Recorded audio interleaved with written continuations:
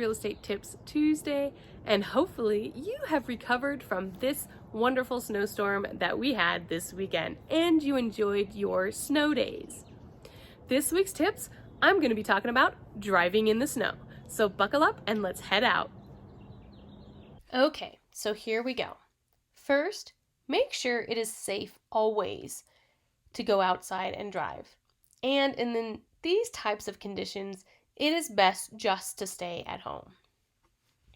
Most accidents in general happen because speed and distracted driving. So when you combine these two different things with snow and ice, you will increase your chance of an accident considerably.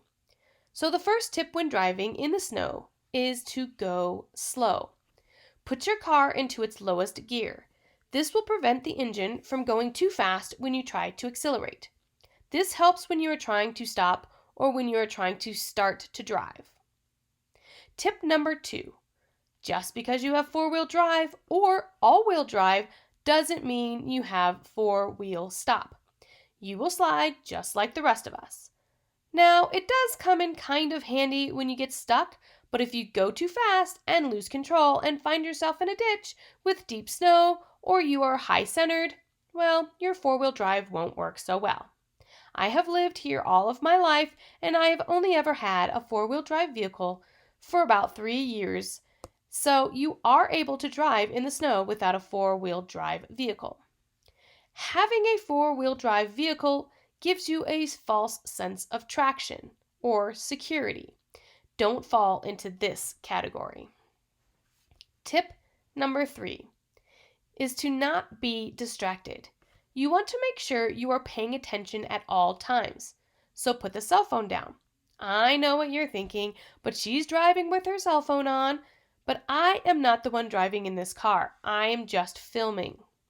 So when you pay attention and not get distracted by talking or using a cell phone, you are able to watch other drivers around you and in many cases avoid accidents.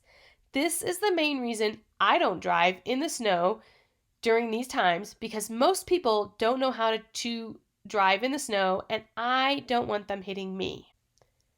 Like, for example, the gentleman in front of me. He has a front-wheel drive vehicle, which is causing him to slide and not be able to get traction. And if you were paying attention, you could have had an accident with this gentleman. So tip number 4 to driving in the snow is to get good snow tires. Not all season or all weather tires, but good snow tires, because they are made for snow, ice, and slush. They will reduce your anxiety and will help you with traction and reduce accidents. You also need them to go up into the mountains. Tip number 5 is your brake system.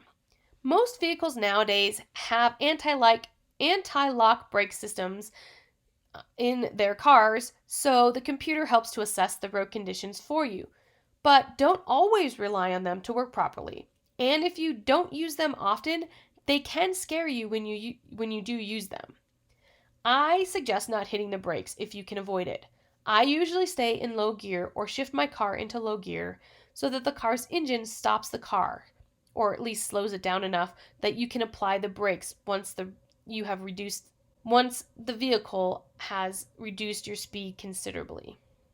Tip number 6 is to always check your traction and the road conditions.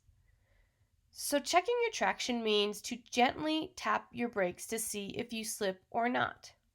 Obviously, if you slip, then the roads are icy. But these conditions can change as you drive down the road. So you always want to constantly be checking for traction and road conditions. In general, if roads are shiny, this is bad because it means that they're either icy or they have water on them, and that can still make the road slippery because it could, even if it's wet, it could mean that there is black ice somewhere. So you always want to just treat shiny or wet roads as if they were slippery. So dry snow is the best type of road condition that you want to be on during a snowstorm. It's better than the sloppy, slushy snow because dry snow offers good traction. So just think about the crunch beneath your boots when you're walking, same kind of effect. And slushy snow kind of acts like deep water, which you can hydroplane on and slip. So basically the best type of road conditions during a snowstorm is the dry, crunchy snow that you would find typically when you're walking on snow.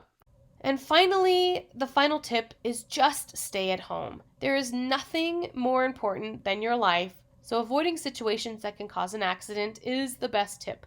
There are tons of places in Colorado that offer winter driving lessons, so if you are still scared, it might be worth looking into taking a few lessons. If you enjoyed this video, please press the like button and subscribe, and also hit the bell notification button so that you can get these great tips into your email box every week. And if you have any questions about any of the topics I talked about or real estate in general, please contact me through any of my social pages. And until next week, have a warm and safe rest of your week.